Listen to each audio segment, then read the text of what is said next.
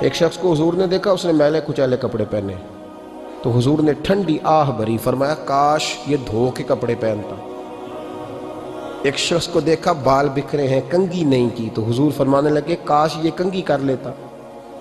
نفاست پسند آدمی پہ نا بوجھ بنتا ہے۔ جو آدمی، آپ کو پتہ ہے کہ امام شافعی تو فرماتے ہیں جمعے والے دن غسل کرنا واجب ہے، ماتے غسل نہ کرے تو جمعہ ہی نہیں ہوگا۔ اگرچہ ہمارے امام صاحب کے نزدیک سنت ہے۔ یہ سنت کب بنا؟ ایک دن نہ بہت سارے لوگ اپنے اپنے کام سے اٹھے، مسجد میں آ گئے، مسجد نبوی میں۔ کوئی کسان تھا تو کھیت سے اٹھ کے آ گیا، کوئی مزدور تھا تو مزدوری سے اٹھ کے آ گیا۔ تو مسجد میں جب بہت سارے لوگ جمع ہوئے نا، تو بعض لوگوں کو دقت محسوس ہوئی، تو رسول کریم علیہ السلام نے فرمایا کتنا ہی اچھا ہو کہ تم جمعے والے دن نہا کے آیا کرو۔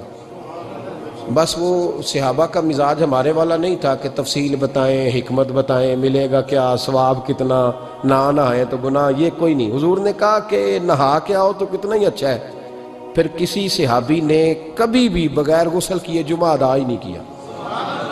کسی نے بغیر غسل کے کبھی جمعہ ادا ہی نہیں کیا نا۔ اسلام بڑا خوبصورت دین ہے۔ حضور نے فرمایا جو کچا پیاز کھائے وہ مسجد نہ آئے، پہلے مسواک کرے، دانت صاف کرے، پھر آئے۔ نبی پاک صلی اللہ علیہ وسلم نے فرمایا جو کچی مولی کھائے مسجد نہ آئے۔ مولی کھانا جائز ہے، پیاز کھانا جائز ہے، لیکن منہ سے بدبو آتی ہے۔ نبی پاک علیہ السلام کا ظاہری حسن کیا بات ہے۔ میلاد مبارکہ میں نبی پاک علیہ السلام کی جو چیز بڑی کھل کے واضح ہوتی ہے وہ رسول اللہ کا حسن و جمال ہے۔ آپ کی والدہ سیدہ طیبہ طاہرہ حضرت سیدہ آمنہ رضی اللہ تعالیٰ، اماں جی کہتی ہیں کہ میرے محبوب جب میرے بطن اقدس میں آئے تو جو تکالیف عورتوں کو ہوتی ہے مجھے ان میں سے کوئی تکلیف بھی نہیں ہوئی، اور اماں جی کہتی ہیں مجھے کبھی کوئی ثقل، کوئی بوجھ محسوس نہیں ہوا، اور فرماتی ہیں کہ جو ولادت کے وقت لوگوں کو، عورتوں کو تکلیف ہوتی ہے مجھے وہ بھی نہیں ہوئی، اور فرماتی ہیں کہ نبی کریم علیہ السلام پیدا ہوئے تو ہمیں حضور علیہ السلام کی ناف کو کاٹنا نہیں پڑا، ناف بریدہ پیدا ہوئے، ختنہ شدہ پیدا ہوئے۔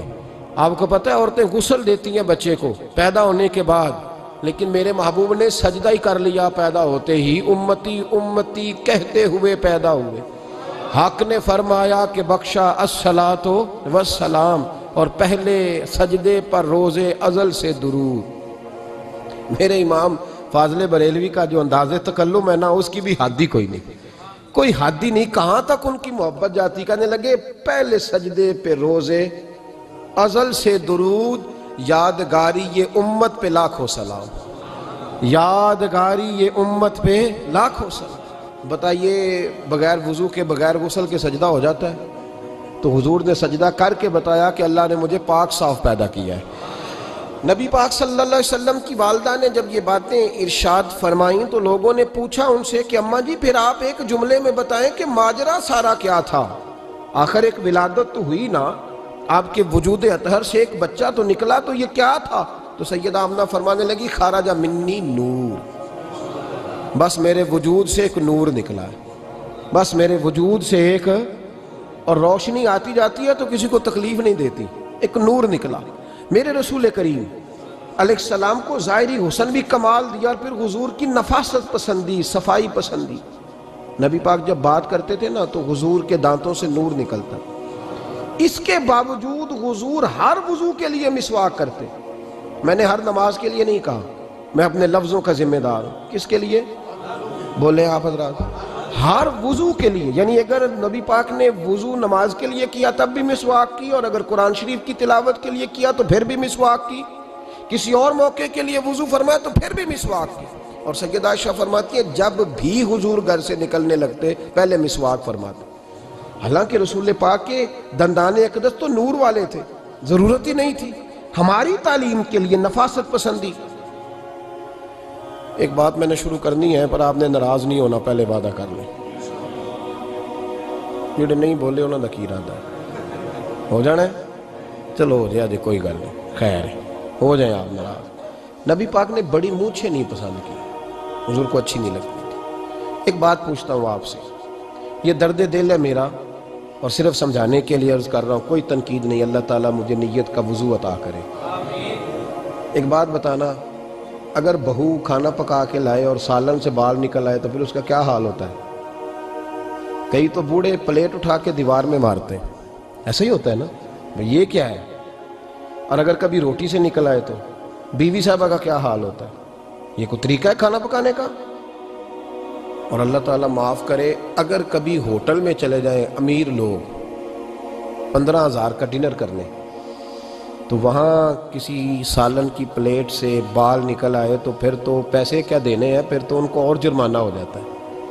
یہ تو سارے بال نکل آئے تو مشکل، اور ویسے بھی جو نفاست ہے نا طبیعت کی، اس پر بوجھ بنتا ہے، بال کھانے میں ہو آٹے میں ہو تو بوجھ بنتا ہے۔ تو بڑی مونچھوں والا دوست بھائی بزرگ جب پانی پیے گا تو بال پانی میں جائیں گے کہ نہیں جائیں گے؟ حکیم اور ڈاکٹر کہتے ہیں کہ کینسر کے مرض کا خطرہ ہے۔ اب باقی بھی راضی نہ ہوں، حضور نے بڑی مونچھیں بھی پسند نہیں کی اور چھوٹی داڑھی بھی پسند نہیں کی۔ حضور نے فرمایا داڑھیاں بڑھاؤ، مونچھوں کو پست کرو، مشرکین کی مخالفت کرو۔ اور ایک مقام پہ رسول پاک علیہ السلام نے یہاں تک فرمایا کہ جو مونچھیں پست نہیں کرتا وہ ہم میں سے ہے ہی نہیں۔ اتنے سخت لفظ۔ ایک صحابی تھے، آپ یقین کریں نا، کئی دفعہ دوستوں کو کہنا پڑتا ہے، اور کئی دفعہ نا مجھے محسوس ہوتا ہے کہ یار ہم روز ہی کہتے ہیں، لیکن کہتے پتہ کیوں ہے؟ کہ بوجھ بنتا ہے وہ بندہ جو اس طرح کی تباہ کے ساتھ آتا ہے، جو حضور نے پسند نہیں کیا۔ ایک شخص نبی پاک کے سامنے آیا، قاضی عبدالدائم دائم صاحب نے لکھا ہے، بڑی خوبصورت بات لکھی ہے، کہنے لگے حضور کے سامنے وہ اکثر آیا کرتا تھا تو مونچھیں بڑی تھی، حالانکہ داڑھی بھی بڑی تھی، مونچھیں بھی بڑی تھی۔ 2-4 دفعہ حضور نے باتوں میں تات اللفظ سمجھایا۔ کچھ بندے نہیں سمجھتے، تات اللفظ سمجھاؤ یا بڑا کھول کھول کے سمجھاؤ، پر بات سمجھنے کو تیار نہیں ہوتے۔ پتہ نہیں کیا ایسا حسن ہے بھئی، جو حسن نبی پاک نے پسند نہیں کیا وہ کبھی حسن ہو سکتا ہے، کبھی خوبصورتی ہو سکتی ہے؟ وہ کسی کا ذاتی کلچر تو ہو سکتا ہے، پر دین کی تہذیب نہیں۔ نبی کریم علیہ السلام نے کئی دفعہ سمجھایا تو ان کی سمجھ میں بات نہ آئی۔ ایک دن وہ بیٹھے ہوئے تو حضور نے ایک صحابی سے فرمایا کینچی لاؤ۔ کہنے لگے میں سمجھ گیا کہ میرے ساتھ کچھ ہونے لگا ہے۔ ساتھ ہی حضور نے فرمایا ایک مسواک بھی لانا۔ کہنے لگے میں نے کہا بچت ہو گئی، میرے تو دانت صاف ہے۔ تو یہ شاید اس کی بات ہونے لگی ہے جس کے دانت بھی ٹھیک نہیں۔ دونوں چیزیں جب آ گئی نا تو حضور اٹھے، اور نبی پاک نے مسواک ان کے ہونٹوں پہ رکھی، اسی سے آبی کی ہونٹوں کے اوپر مسواک رکھ کے تو اوپر سے حضور نے مونچھیں کاٹ لی۔ فرمایا یہ نہ ایسا کرو، یہ چیز مجھے پسند نہیں ہے۔